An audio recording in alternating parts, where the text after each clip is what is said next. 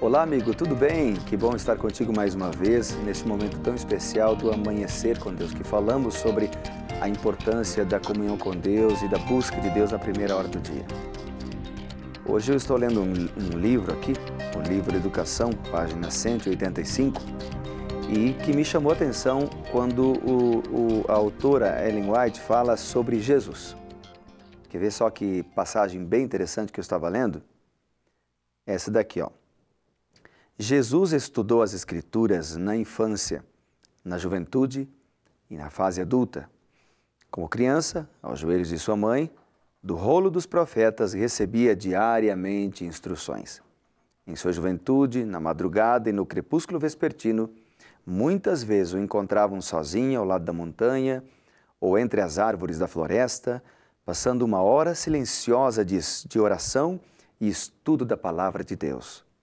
Durante seu ministério, a grande familiaridade com as Escrituras testifica de sua diligência no estudo da mesma.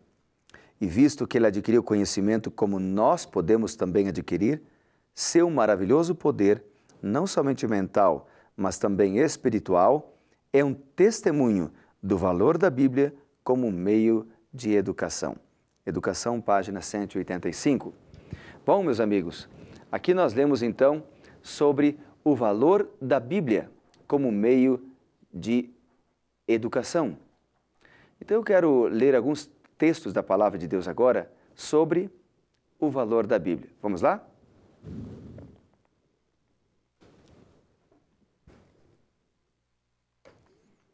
O primeiro texto que nós vamos ler está no Evangelho de João, capítulo 8, versículo 32.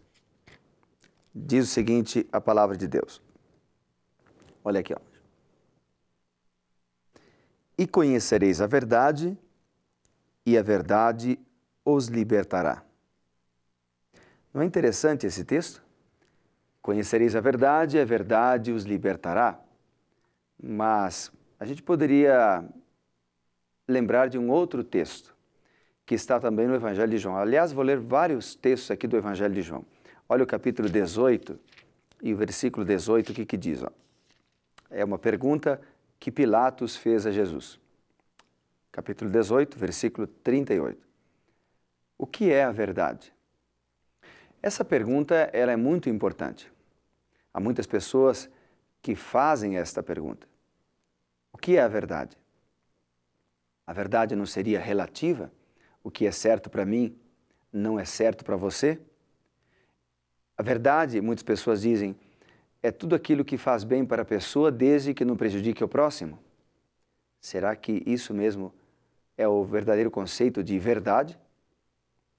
A Bíblia diz, conhecereis a verdade, e a verdade vos libertará. Primeiro, o texto diz que nós devemos conhecer a verdade. Conhecer demanda relacionamento. Eu não posso conhecer alguma coisa ou alguém se não me relaciono com essa pessoa.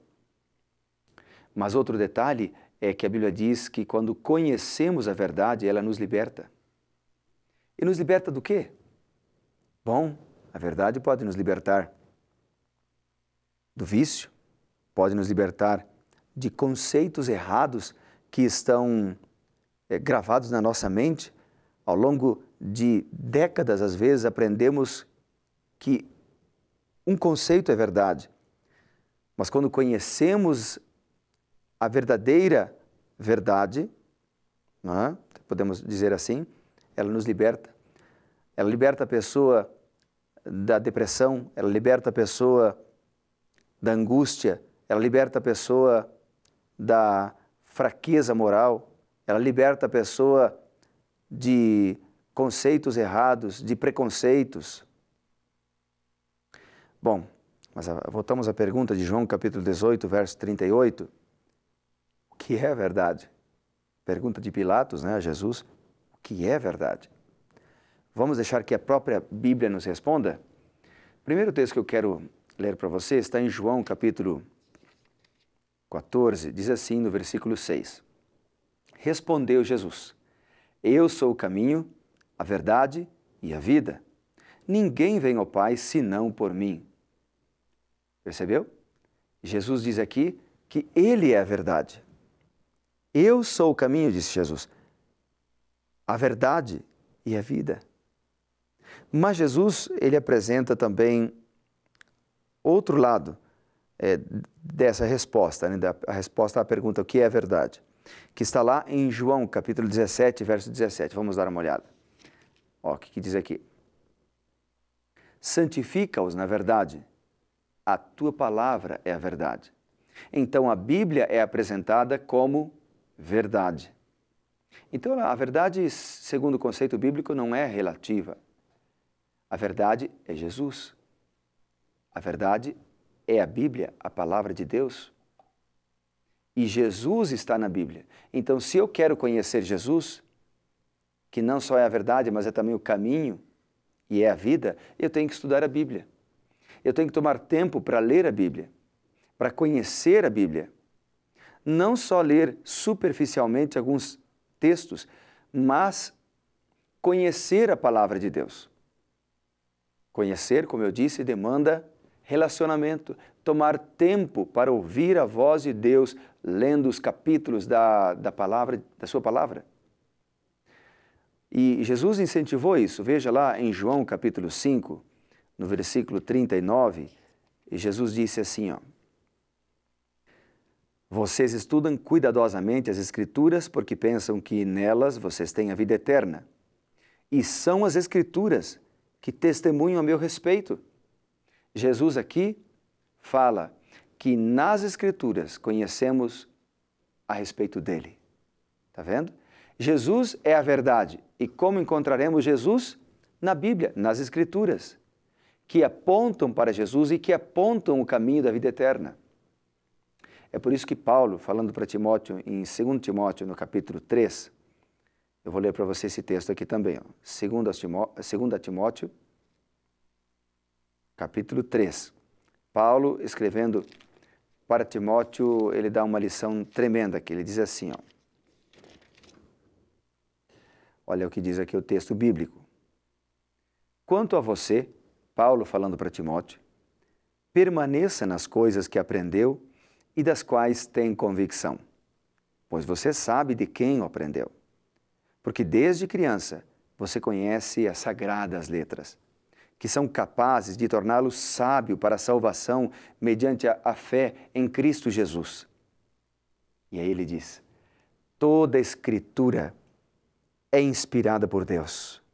Não só o Antigo Testamento, não só o Novo Testamento, Paulo diz, toda a Escritura é inspirada por Deus e útil para o ensino, para a repreensão, para a correção e para a instrução na justiça, para que o homem de Deus seja apto e plenamente preparado para toda boa obra. Então, as Sagradas Escrituras, a Palavra de Deus, pode habilitar o homem para fazer boas obras, pode habilitar o homem para educar os filhos com sucesso, pode habilitar o homem para corrigir e instruir na justiça. Então, a Bíblia é uma fonte de inspiração. Mas tem mais textos que eu quero ler para você. Por exemplo, Mateus, no capítulo 4, Jesus falando sobre esse assunto das Escrituras, ele disse assim, ó, Mateus 4, verso 4. Nem só de pão viverá o homem, mas de toda palavra que procede da boca de Deus. E nós viveremos verdadeiramente, não só nos alimentando de comida material, mas da comida espiritual. E agora o último texto que eu quero ler para você hoje é Isaías. Esse texto é fantástico. Isaías capítulo 40. Veja o que diz aqui no versículo 8, ó, está bem aqui. A relva murcha, as flores caem, mas a palavra de Deus permanece para sempre. Por muito tempo se ensinava o seguinte, a palavra de Deus não é mais, a Bíblia não é mais a palavra de Deus. Ela foi no passado, mas devido às diversas traduções, ela foi perdendo o seu significado. Por exemplo, se fazia uma pequena experiência. Pegava-se uma pessoa, dava-se um texto para ela, então, para uma segunda, copia o texto da primeira. Para uma terceira, copia o texto da segunda. Para uma quarta, copia o texto da terceira. E assim, quando chegava no final, o texto já estava modificado, totalmente modificado. Até que um dia, lá no Oriente Médio, na região de Qumran, um menino, pastor de ovelhas, chamado de Mohammed Adib. O que ele fez? Ele perdeu uma ovelha. Ele saiu atrás de sua ovelha e encontrou uma caverna. Jogou uma pedra na caverna e percebeu ali alguma cerâmica se quebrando. Ficou com medo, porque já estava escuro, e voltou para casa. No outro dia, retornou àquela caverna com um amigo e encontrou ali vários documentos. E dentre os documentos, ele encontrou ali alguns que levou para uma venda, ali para uma espécie de uma mercearia. Depois de muito tempo, um estudioso, arqueólogo, encontrou aqueles documentos. Foi atrás dos documentos e descobriu ali o que nós conhecemos como os manuscritos do Mar Morto. Ali haviam vários documentos, contrato de compra e venda, contrato de casamento, mas ali havia muitas cópias dos originais, praticamente dos originais da Bíblia, dentre eles, por exemplo, o livro de Isaías, praticamente completo. Esses documentos estão hoje no Museu de Israel, em Jerusalém.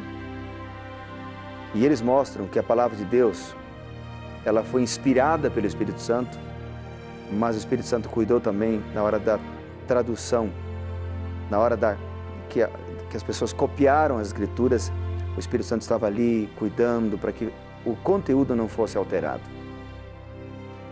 Por isso, meu amigo, a Bíblia que você tem nas suas mãos, seja ela capa preta, seja ela capa cinza, seja ela capa marrom, não importa qual é a Bíblia que você tem em casa. O importante é que você tome tempo para ler a palavra de Deus. Você gostaria de fazer isso? Começando agora? A Bíblia que você tem aí é a verdade, é a palavra de Deus. Tome alguns segundos para orar e depois abra a Bíblia e leia. Ela vai transformar a sua vida. Porque aqui a gente enfatiza sempre, primeiro, o reino de Deus.